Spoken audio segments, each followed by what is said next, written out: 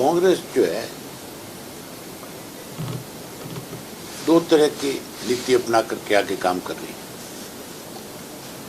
जब इनकी हिमाचल में सरकार बनी तब इन्होंने ये नहीं कहा था कि ईवीएम में कहीं कोई गड़बड़ी है, तब तो सब कुछ ठीक था। और यहां जो हरियाणा के अंदर कांग्रेस ने बी टीम के रूप में बीजेपी के काम करके जहां बीजेपी की सरकार बनाई और लोगों की तरफ से जो कांग्रेस के नेताओं को इस बात के लेकर के कोसना शुरू किया कि कांग्रेस तो भाजपा के साथ मिलकर के भाजपा को सत्ता में लेकर के आई है, तब ईवीएम में ठीकरा फोड़ दिया कि ईवीएम की वजह से कांग्रेस चुनाव हारी।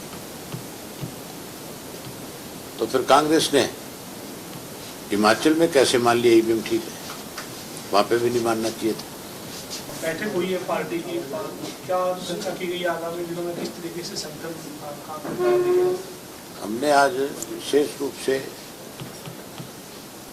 वहां से पार्टी के जिला अध्यक्षों को और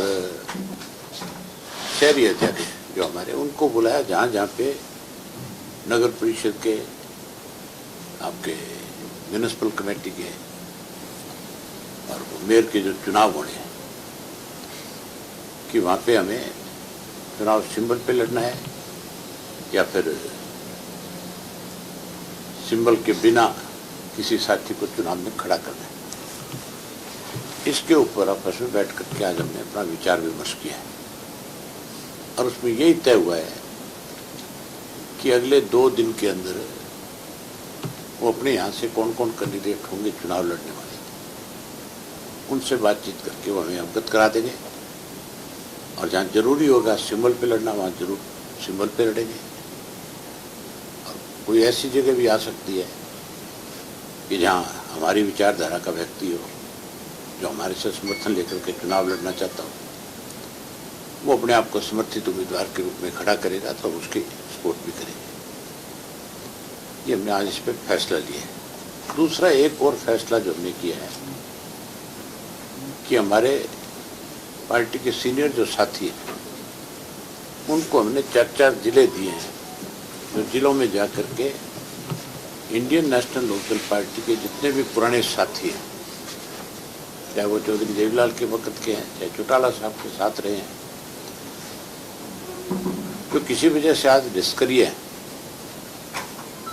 उन सब से संपर्क करेंगे, उन सब से बातचीत करेंगे, उनसे मिलेंगे और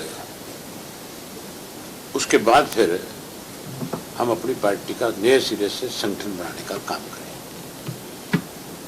और जैसे संगठन बनाएंगे उसके बाद डिस्ट्रिक्ट वाइज मीटिंगें रखेंगे, डिस्ट्रिक्ट वाइज मीटिंग रख करके और फिर सरकार की कमियां और खामियों को जहाँ उजागर करने का काम करेंगे, वहीं आगे की राजनीतिक रूपरेखा तैयार करेंगे। संगठन को और कैसे मजबूत किया जाए, संगठन को और ज़्यादा प्रभावी कैसे बनाया जाए, उसको लेकर के आगामी फिर कार्यक्रम बनाए जाए। कांग्रेस जो ये कह रही कि हम चुनाव नगर निगम का पार्टी की सिंबल पर लड़ेंगे और उसमें पार्षद की सिंबल पर लड़ेंगे, नगर परिषद में वो कह रहे सिर्फ प्रधान पद केवल सिंबल पर लड़ेंगे, पालिका में वो सिंबल पर नहीं जा रहे। तो दोनों क्या मेयर का चुनाव और दोनों के चुनाव में ये राय ले रही है कार्यकर्ताओं से कि दोनों जगह का, दोनों तीनों जगह पे, जहाँ काउंसिल है वहाँ पे भी, जहाँ म्यूनिसिपलिटी है वहाँ पे भी, जहाँ मेयर के चुनाव होने वहाँ पे भी। सर इस बीच जो कांग्रेस ने ईवीएम की बजाय बैलेट पेपर में चुनाव करवाने की मांग की थी और उस मांग को खारिज कर दी, लोग किस तरह से देखते हैं इस मसले को? सर कांग्रेस जो है 2 तरह की नीति अपना करके आगे काम कर रही है। जब इनकी हिमाचल में सरकार बनी तब इन्होंने ये नहीं कहा था कि ईवीएम में कहीं कोई गड़बड़ी है, तब तो सब कुछ ठीक था। और यहाँ जो हरियाणा के अंदर कांग्रेस ने बी टीम के रूप में बीजेपी के काम करके जहाँ बीजेपी की सरकार बनाई और लोगों की तरफ से जब कांग्रेस के नेताओं को इस बात के लेकर के कोसना शुरू किया कि कांग्रेस तो भाजपा के साथ मिलकर के भाजपा को सत्ता में लेकर के आई है, तब ईवीएम में ठीकरा फोड़ दिया कि ईवीएम की वजह से कांग्रेस चुनाव हारी। तो फिर कांग्रेस ने हिमाचल में कैसे मान लिया ईवीएम ठीक है, वहां पे भी नहीं मानना चाहिए था। फिर लोकसभा में कैसे मान लिया ईवीएम ठीक है, तब भी नहीं मानना चाहिए था। आज इलेक्शन कमीशन के पास जाते हैं, ढोंग करते हैं, अपनी उस चीज को छुपाना चाहते हैं जिस ढंग से हुड्डा ने। आज तो कांग्रेस के सब लोग जो हैं इस बात का खुल कर जिक्र करते और कहते हैं। आज तो सोशल मीडिया पे, इलेक्ट्रॉनिक मीडिया पे, प्रिंट मीडिया में खबरें देते हैं कि सबके लिए जिम्मेवार अगर कोई है तो वो भूपेंद्र सिंह हुड्डा है। दीपेंद्र का एक बयान आया परसों के अखबार में पढ़ा, उसने यमुनानगर से बयान दिया था और कहा था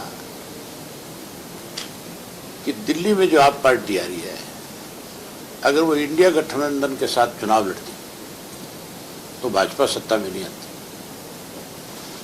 मतलब खुद इस बात को वो स्वीकार करता है कि अगर इंडिया गठबंधन चुनाव लड़ता तो भाजपा सत्ता में नहीं आती। तो फिर हरियाणा में इंडिया गठबंधन क्यों नहीं आया, जहां पे भी आना चाहिए था? इसका मतलब हुड्डा का बेटा दोनों नहीं चाहते थे कि कांग्रेस यहाँ सत्ता में आ जाए। मतलब सीधा सीधा है कि ये खुद इस बात को स्वीकार करते हैं कि हम तो खुद नहीं चाहते कि कांग्रेस आगे बढ़े, इसीलिए आज कांग्रेस का भट्टा बैठे। आने वाले समय में कांग्रेस रीजनल पार्टी बनकर के रह जाएगी, ऐसी हालत रहेगी। सर एक और चर्चा है सोशल मीडिया पे, एक वीडियो वायरल हो रहा है जिसमें प्रधानमंत्री भूपेंद्र सिंह हुड्डा और दीपेंद्र सिंह हुड्डा से मुलाकात करके जो दिख रहे हैं वीडियो सोशल मीडिया में चर्चा में, सर कुछ टिप्पणी करना चाहिए? तो उसमें साफ साफ ये कहा जा रहा है प्रधानमंत्री की तरफ से, वो ये कहते हैं कि हुड्डा साहब सब ठीक चल रहा है ना। उसका क्या मतलब है आप इस बात से अंदाजा लगा सकते हो। जो भी थोड़ा सा समझ रखता है वो व्यक्ति अच्छी तरह से बात को सुन करके खुल करके कह सकता है कि ये तो एजेंट के रूप में काम करने वाला व्यक्ति है।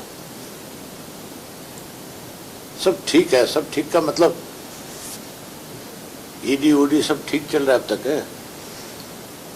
फिर वो निमंत्रण भी देते हैं कि नहीं देते हैं कि आओ यार मिलो एक दिन, तो इसका मतलब मिलना जुलना जारी है। अनुशासनहीनता के मामले में अनिल विज को नोटिस दिया सर बीजेपी ने, हालांकि उनके संगठन का मसला है, लेकिन कैसे देखते हैं सर, क्या आपको लगता है कि कोई अनुशासनहीनता विज ने की जो जिस तरीके के बयान आए? अब विज साहब का यह तो इनका अपना राजनीतिक अंदरूनी मामला है इनकी पार्टी का, लेकिन जिस ढंग से विज साहब के बयान आए थे, अब विज साहब उस पर अपनी बयान जो बातें कही थे उस पर अडिंग रहेंगे कि नहीं रहेंगे, क्या जवाब देंगे, इस बात का तो आप जाकर के विज साहब से पूछो तो वो ज़्यादा बेहतर बताएंगे। मैं उनके बारे में क्या कह सकता हूँ।